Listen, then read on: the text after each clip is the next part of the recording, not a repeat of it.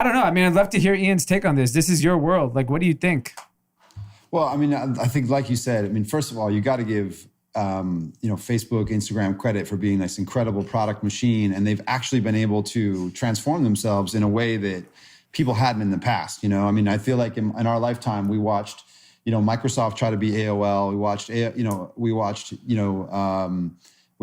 AOL try to be Yahoo. We watched Yahoo try to be Google. We watched Google try to be Facebook. But Facebook has actually like held on in a way that, and they've been willing to, kind of change their products. Like when they launched Stories, I thought, oh, come on, you copycats. Like, you're just trying to be Snapchat. But then they did. It worked. It worked. Yeah. So I feel the same way. Don't count them out on Reels. I'm obviously it's a direct attack on TikTok, and I would say, come on, copycats, except, well, you did it last time, so maybe. Mm-hmm. On shopping, I'll borrow something from our friend Anish, which is, he put it very well. He said, there's discover, there's find, and there's buy. And generally speaking, like, discover and buy are highly fragmented, right? Because there's no super site for discovery. Like, if you think about it in travel, you don't go to like travel.com to discover where you're going to go shopping. It's like, it's much more personal.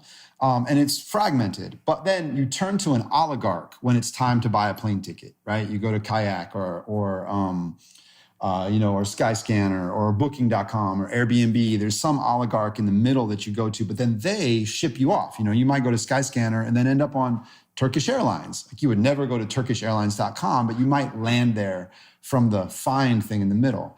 So that's just like, when Anish and I talk about this, that's kind of the model that we use. Like, what category is something in? Is it about discovery, about find, or about buy? So Alibaba, Google Shopping, Amazon, that's clearly find, right? Those are oligarchs.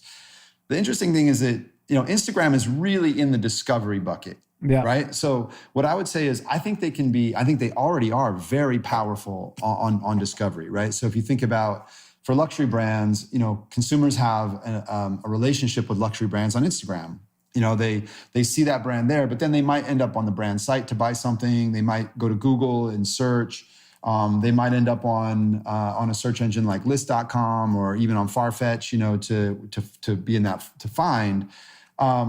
But like, Instagram is a very real discovery point. And so I think that it will be impactful, but I don't think you can put it in the category as being like a competitor to Amazon.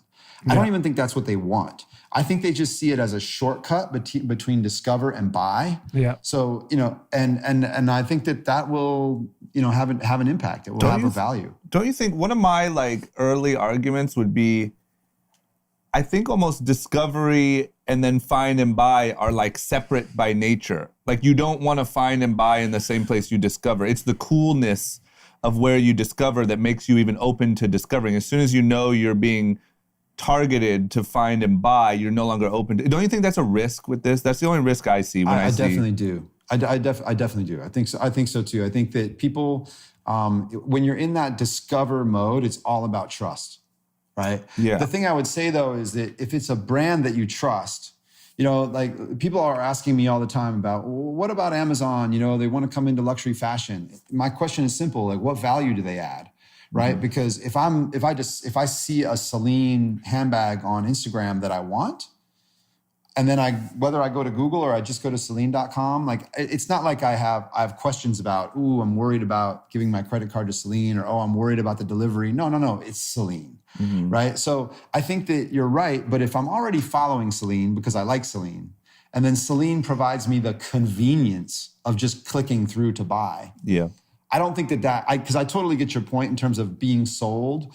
But I think that there's a lot of those trusted relationships on Instagram where you're kind of pre-sold. Yeah. Right. And so that the buy is really much more of a convenience than it is, something else. That makes sense. That makes sense more than saying they could take out Amazon. That's my point. I don't think it's an Amazon competitor in the slightest, but I don't think that's their intent.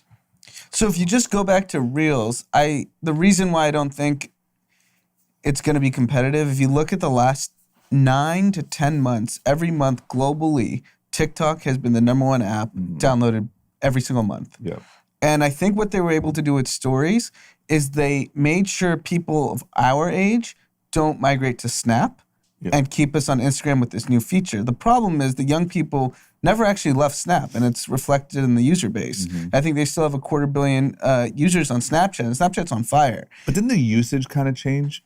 Like, didn't stories on Snap kind of become more relevant where Snap became more of a messaging thing, or is that just I think you're probably right. I think it became like how they communicate. And I think what Snap was able to do is keep young people on Snap, and people our age stayed on Instagram because stories was good enough for us. Yep. But the young person has already been captured by TikTok, Yep. and they're not going to use it for Reels. And I don't think people our age are going to be using Reels.